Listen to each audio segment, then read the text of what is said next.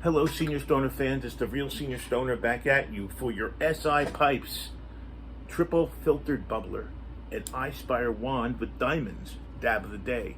Hello, everybody. Today is Thursday. As always, if you enjoyed today's video, join the Senior Stoner family. Please subscribe to the channel. Send a like our way, and I always respond to comments. Well, why is reconnecting with an old friend worth the effort? Almost always. Let's discuss. Well, probably because you see these people from your life, from your past, out there on social media. You probably see them every day. And unfortunately, that social media that you're looking at makes you feel even lonelier than you were before. Seeing friends in person releases oxytocin, which is a happiness hormone. So turning on Facebook doesn't do it. But turning a Facebook friendship into a real life meeting could be a wonderful thing.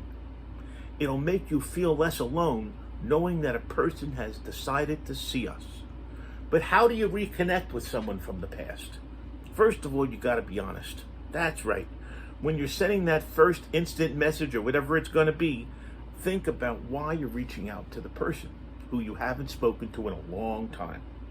You see, making a choice to reconnect with an old friend can reinforce that sense of connectedness and belonging. But why do you want to see these people? Is it because you like their photos? Do you miss them and want to reconnect? Or do you want to apologize for why you stopped talking? Well, it helps for people to be vulnerable and have a sort of explanation as to why they're reaching out all of a sudden. Think about it. Because some messages can seem disingenuous, being upfront about your intentions from the start can help to reestablish trust with a friend they most likely to respond and to agree to meet. Now, this is all about trying to engage that person from your past to come where you go to see them, meet together. You can't be afraid of rejection in this one. As with any relationship, though, there's vulnerabilities. And there's always the possibility that the other person won't feel the same way. Think about it. It goes along with the chance you take. But for some people out there, it's going to be worth it. The opportunity to have a person back in your life might outweigh the risk of being brushed off. Well, you probably won't be rejected outright anyway. So the fear is really a sign that you're rejecting yourself. Think about it. Most people are not going to reject you. Doesn't mean you're necessarily going to be available right away, or they'll be available right away. People have busy work and home lives. And if you last ended things on a bad note, they might not be even willing to chat. So you got to loosen your expectations a little bit. You're worried about being rejected. One way to counter it is to manage your expectations. Expect the worst. Sometimes people reconnect with a friend believing they're going to rekindle what was a lifelong friendship. But it's not always the case both ways. So, it doesn't mean it doesn't have value. Even if it's just to grab a cup of coffee, talking or taking that moment for a benefit just in the present is very important. It'll help you get a view more positively of what really is going on. And you'll end up feeling a little bit more connected and less alone. You see, getting the chance to talk about old memories, shared experiences, they don't have to be your best friend to be in that process. Don't expect an apology. You got to walk in with a clean slate. If you're reaching out to a friend who has hurt your feelings in the past, you should tread lightly. You won't be able to force an apology out of them, and you shouldn't want to. That's not what this is about. If there's an expectation where they need to jump through hoops, it doesn't play out well. This is based on my experience, but also what I read. So what we want to do, even if many years have gone by, you just can't assume they've changed and they're a different person. If you do, you may be disappointed. So if you were the bully in the situation, acknowledge that they might not want to talk to you. This is the way it is. You just want to be wary of opening up old traumas for some people, maybe even most people, because you don't know how the reconnection with them is going to impact them. So don't be selfish about it. Try to think it through before you engage the process. And try not to stress about the lost friendship. Friendships ebb and flow over time, especially for young people. Drifting apart is natural, and it doesn't mean the friendship is lost forever. For the same reason that you don't have to hold on to friendships that aren't serving you, you also connect and reconnect with a friend at any time.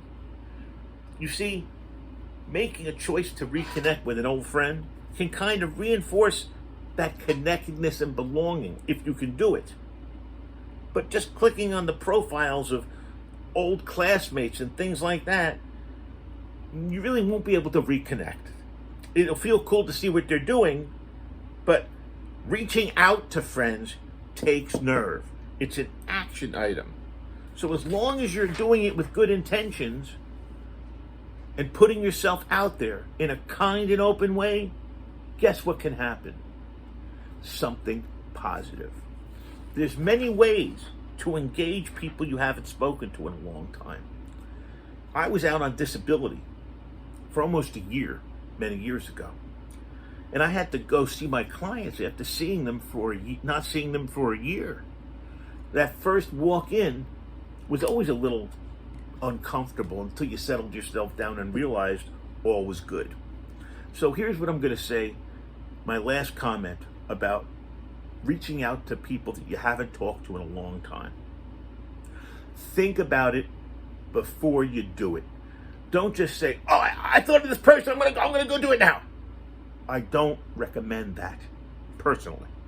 I recommend a lot of thought go into it because you just never know. You don't want to put yourself in an uncomfortable situation. This has been the Real Senior Stoner, talking about reconnecting with old friends, with people you haven't spoken to in a while. How do we do it? Well, I hope you found it interesting. As always, if you do find it interesting, please join the family. Subscribe to the Senior Stoner channel.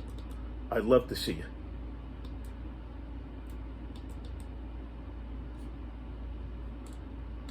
We're now heating up to 500 degrees on our iSpire wand. I guess you can just leave it hanging there for a while. Pretty cool, right? And boy, does this thing deliver a hit. Cheers. I'm anxious to get the hit. Okay, it's coming.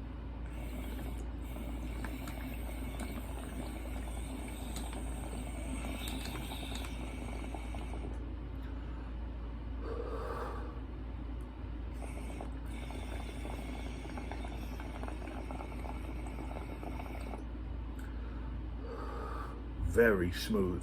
The smoothness is all in the filter.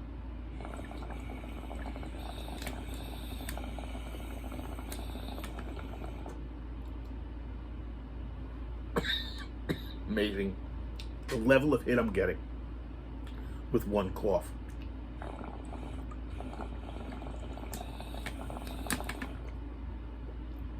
Incredible. Thanks for joining me, everybody. I hope you all are able to reconnect with somebody in your life. Have a great day, everybody. Cheers.